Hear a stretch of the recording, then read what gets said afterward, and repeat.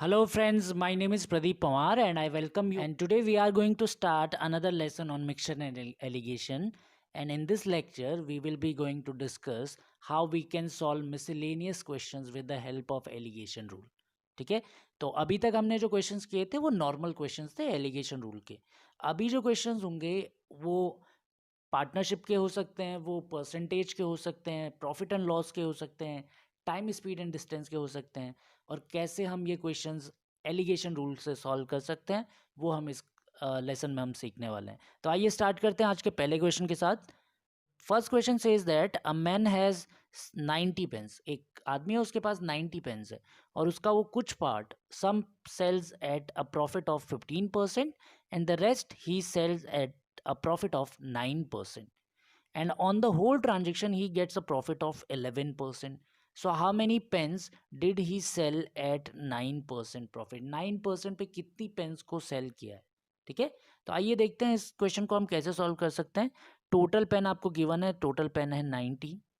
तो यहाँ पर क्या होता है, देखिए प्रॉफिट एंड लॉस में जब भी हम प्रॉफिट की बात करते हैं तो वो हमेशा प्लस साइन से रिप्रेजेंट होगा, और लॉस की बात करेंगे तो लॉस हमेशा नेगेटिव साइन से रिप्रेजेंट होगा.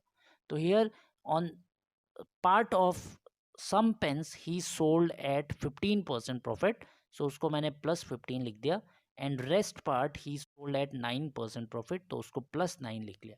ठीक है, अब ओवरऑल अगर मैं इन दोनों को मिक्स कर रहा हूँ तो मेरे पास क्या बनेगा, टोटल नंबर ऑफ पेन्स. इसका मतलब जो होल ट्रांजेक्शन हुई है उसमें कितना प्रॉफिट हुआ है, तो उसमें हुआ है 11% का प्रॉफिट. तो इन दोनों को मिक्स करके जो होल ट्रांजेक्शन हुई है उसमें 11% का प्रॉफिट, तो यहाँ लिख दिया +11. ठीक है, 15, 9 एंड +11. तो अब एलिगेशन रूल के अकॉर्डिंग आप डिफरेंस लेके देख सकते हैं. 15 - 11 it will B 4, 11 - 9 it will B 2. तो रेशियो आ गया 1:2. Now what is this 1:2? 1:2 का मतलब ये है कि 15% प्रॉफिट पे जो हमने पेन सोल्ड की थी वो लेट सपोज 1 रेशियो है, और 9% प्रॉफिट पे जो पेन सोल्ड की थी वो 2 रेशियो है. तो अगर मैं ये रेशियोज को एक्चुअल वैल्यू ले लूँ तो टोटल पेन कितनी होनी चाहिए, 1 + 2, total pen should be 3. But according to question how many are total pen, 90. So 3 ratios are equal to 90, so 1 ratio will be equal to 30. 3 30s are 90. ठीक है, सो 9% profit पे कितनी पेन सोल्ड हुई है, 2 ratios. तो अगर एक रेशियो की वैल्यू 30 है तो 2 रेशियो की वैल्यू कितनी हो जाएंगी, 2 × 30, 60 पेन्स. इसका मतलब है आउट ऑफ 90 पेन्स 60 पेन को 9% प्रॉफिट पे बेचा था, एंड बाकी की बची हुई 30 पेन्स को आपने 15% प्रॉफिट पे बेचा था. ठीक है, I hope this question is clear to all of you. इसी से मिलता जुलता एक और क्वेश्चन करते हैं. A trader has 25 kg of rice. एक ट्रेडर है, उसके पास 25 kg राइस है. उसका कुछ पार्ट वो सेल करता है, a part of which he sold eight 4% profit, and rest part he sold at 9% profit, and in the overall transaction he has a gain of 7%. So what is the quantity he sold at 9% profit? Question बिल्कुल same है. Now total rice कितना है, you are having total rice which is 25 kg. ठीक है, total rice है 25 kg. A part of it we sold at 4% profit, so +4 लिख दिया, and rest part we sold at 9% profit, so +9 लिख दिया. And जब इन दोनों को मिक्स कर रहा हूँ तो जो मिक्सचर बन रहा है वो ओवरऑल ट्रांजेक्शन होगा. ओवरऑल ट्रांजेक्शन में कितना प्रॉफिट हुआ है, 7% का प्रॉफिट हुआ है. नाउ एलिगेशन रूल के अकॉर्डिंग आप डिफरेंस ले सकते हो. 4 - 7 it will B 3, 9 - 7 it will B 2. So answer is 2:3. It means 2 parts they are sold at 4% profit and 3 parts are sold at 9% profit. So according to these ratios, what will be the actual value? It will be 3 + 2, 5. So according to these ratios, 5 kg और 5 ratios are total rice. लेकिन actual में कितना rice है, 25 kg. So 5 ratios are equal to 25 kg. So 1 ratio will be equal to 5 kg. ठीक है, एक ratio की value 5 kg आ गई. अब क्वेश्चन में क्या पूछ रहा था, क्वेश्चन में पूछ रहा था find the quantity he sold at 9% profit. So part he sold at 9% profit is 3 ratios. अगर 1 रेशियो की वैल्यू 5 kg है, सो 3 रेशियोज की वैल्यू कितनी हो जाएगी, 15 kg. इसका मतलब 25 kgs को हमको 2:3 में डिवाइड करना था, सिंपल सा आंसर है। तो 3 part will be how much, it will be 15 kg and 2 parts it will be 10 kg। So 9% profit पे हमने बेचा है 15 kg राइस। ठीक है, I hope this question is clear to all of you. चलते हैं इसके नेक्स्ट क्वेश्चन की तरफ। A man buys 2 cows at rupees 1350 and sell one for loss of 6% and other for gain of 7.5%, and on the whole transaction he neither has gain nor he loses something, so what does each cow cost? ठीक है, 2 cow को खरीदा है और total cost price of 2 cows is given, that is 1350, और एक cow को बेचने पे उसे 6% का लॉस होता है, दूसरी काउ को बेचने पे 7.5% का प्रॉफिट होता है, और ओवरऑल ट्रांजेक्शन में ना तो प्रॉफिट होता है ना तो लॉस होता है। There is no profit and no loss in the overall transaction. So what does each cow cost? तो देखिए इस क्वेश्चन को भी सिमिलरली सॉल्व करना है। सो it is given in the question that buying price of 2 cows is equal to 1350 rupees. It is given in the question, and first cow he sold at 6% loss, so I'm writing -6. Second cow he sold at 7.5% profit, so plus 7.5, and जब दोनों को mix किया तो overall transaction I, and in the overall transaction he neither had profit nor he had loss, it means zero, ना तो profit ना तो loss. Difference लिया तो इधर 6 आ गया, 0 - 6 it will be +6, 7.5 - 0 it will be 7.5। Ratios आ गए कितने, दोनों वैल्यूज़, इसको 75 बना देंगे, इसको 60 बना देंगे, रेशियोज विल बी 5:4। ठीक है, ये 15 से 5 टाइम्स डिविजिबल है, 15 से 4 टाइम डिविजिबल है। Now, according to these two ratios, 5 will be the cost price of first cow and 4 will be the cost price of second cow. तो अगर मैं दोनों को ऐड करके देखता हूँ तो कितना आता है, 9, और according to the given question 9 ratios it should be equal to 1350, जो कि टोटल कॉस्ट प्राइस है दोनों काउ की। तो अगर 9 की वैल्यू 1350 है तो 1 की वैल्यू कितनी हो गई, इसको 9 से डिवाइड करके देख लेंगे, आंसर विल बी 150। तो 1 रेशियो की वैल्यू है 150, तो 5 रेशियो की वैल्यू कितनी हो गई, 750, और 4 की वैल्यू हो गई 150 इंटू 4 दैट इज 600। इसका मतलब cost price of 2 cows it will be equal to 750 and 600 rupees. I hope this question is clear to all of you. चलते हैं इसके नेक्स्ट क्वेश्चन की तरफ। Now this question is very important. There are 50 students in a class and 320 rupees are distributed among them such that each boy gets 10 rupees and each girl get 5 rupees. Find the number of girls. Number of girls find out करना है। अब देखिए ये question आप equation से भी बना सकते हैं, लेकिन मैं इसमें यहाँ पर ये सिखाना चाह रहा हूँ कैसे आप इन्हें एलिगेशन रूल से बना सकते हैं। ठीक है, so there is a class of 50 student हैं और उन पे मुझे 320 रुपीज़ डिस्ट्रीब्यूट करना है। तो total money which I want to distribute that is 320। ठीक है, अब देखिए क्वेश्चन को कैसे सॉल्व करते हैं। सबसे पहले आपने लिखा बॉयज़ एंड गर्ल्स।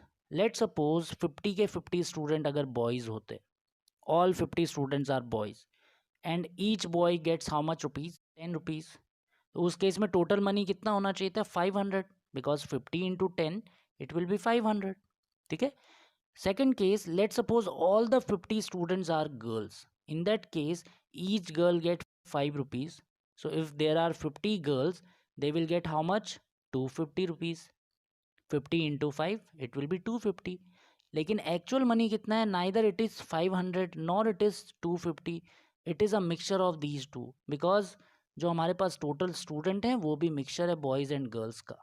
तो बीच में जो वैल्यू आएगी वो मिक्सचर की आएगी, and that is total money which is 320।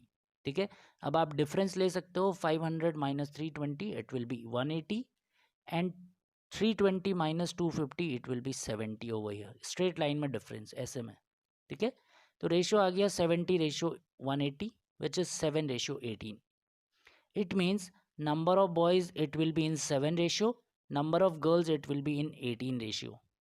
तो आपको 50 स्टूडेंट्स को 7:18 में डिस्ट्रीब्यूट करना है और आपको नंबर ऑफ़ बॉयज़ या नंबर ऑफ़ गर्ल्स मिल जाएंगे। ठीक है, तो रेशियोज़ को ऐड किया तो 25 हो गया, और एक्चुअल में कितना है रेशियोज़, सम दोनों का वो है 50 स्टूडेंट। सो बॉयज़ हैं 7, गर्ल्स हैं 18, दोनों को ऐड किया तो 25 और एक्चुअल में कितने हैं 50 है। तो 25 रेशियोज़ की वैल्यू 50 है, 1 रेशियो की वैल्यू 2 आ गई। अगर 1 रेशियो की 2 है तो नंबर ऑफ़ गर्ल्स कितने हैं 18 है, तो 18 की वैल्यू कितनी आ गई 36। It means the number of girls in that class are 36 और बाकी के बच्चे 14 देयर आर बॉयज़। ठीक है, I hope this question is clear to all of you. अब देखिए इंटरेस्ट की क्वेश्चन भी हम इससे सॉल्व कर सकते हैं। For example this case, a merchant borrowed 3500 rupees from 2 money lenders. For one loan he paid 14% per annum, rate of interest is 14% per annum, and for the other he paid 18% per annum, and in the total transaction he paid 525 rupees for 1 year. So how much did he borrowed at 18% per annum? ठीक है, एक merchant है, उसने 3500 rupees उधार लिए हैं 2 merchant से, और पहले मर्चेंट ने 14% पर एनम के हिसाब से इंटरेस्ट लेना है, दूसरे ने 18% पर एनम के हिसाब से इंटरेस्ट लेना है, और टोटल इंटरेस्ट जो उसने 1 साल के लिए पे किया है that is 525। So how much did he borrowed at 18% per annum? तो देखते हैं इस क्वेश्चन को कैसे सॉल्व करना है। देखिए कुछ पार्ट उसने 14% पर एनम पे बोरो किया था और कुछ पार्ट 18% पर एनम पे बोरो किया था। ठीक है, यहाँ पर लिखा है देखिए, a merchant borrow 3500 rupees from 2 money lenders. तो फर्स्ट पार्ट 1400 पे और 14% पे, और सेकेंड पार्ट 18% पे, और ओवरऑल ट्रांजेक्शन में उसने कितना दिया है 525 एक ईयर का इंटरेस्ट दिया है। तो सबसे पहले हम निकाल लेंगे कि व्हाट इज़ 525, टोटल इंटरेस्ट जो दिया है वो कितना परसेंट पे दिया है। ठीक है, तो 525 is what percent of 3500, total money का कितना परसेंट है, जो उसने इंटरेस्ट दिया है वो टोटल मनी का कितना परसेंट है। तो टोटल मनी का कितना परसेंट है क्या 15%। ठीक है, तो बीच में हो गया है यहाँ पर 15, ओवरऑल ट्रांजेक्शन में 15% का उसको इंटरेस्ट देना पड़ा। आप इसको PRT अपॉन 100 के फॉर्मूले से भी फाइंड आउट कर सकते हैं। ये इंटरेस्ट है, ये प्रिंसिपल है, तो रेट ऑफ इंटरेस्ट कितना रहा होगा, टाइम पीरियड इज़ 1 ईयर। ठीक है, तो वहाँ से भी 15% वैल्यू आ जाएगी। तो ओवरऑल ट्रांजेक्शन में 15%, आपने डिफरेंस लिया तो 15 माइनस 14 यहाँ पर 1 आ गया, और 18 माइनस 15 यहाँ पर 3 आ गया। It means 3 rupees he has, let suppose 3 rupees उसने 14% पर एनम पे बोरो किया, और 1 रुपये उसने 18% पर एनम पे बोरो किया। तो टोटल मनी कितनी होनी चाहिए थी अकॉर्डिंग टू दिस, 3 + 1 4, और अकॉर्डिंग टू क्वेश्चन कितनी है 3500। इसका मतलब 4 रेशियो की वैल्यू 3500, सो 1 रेशियो की वैल्यू 875, और अगर 1 रेशियो की वैल्यू 875 है तो money borrowed at 18% per annum, it will be how much 1 ratio, which is 1 into 875, and that will be 875 rupees. ठीक है, I hope this question is clear to all of you.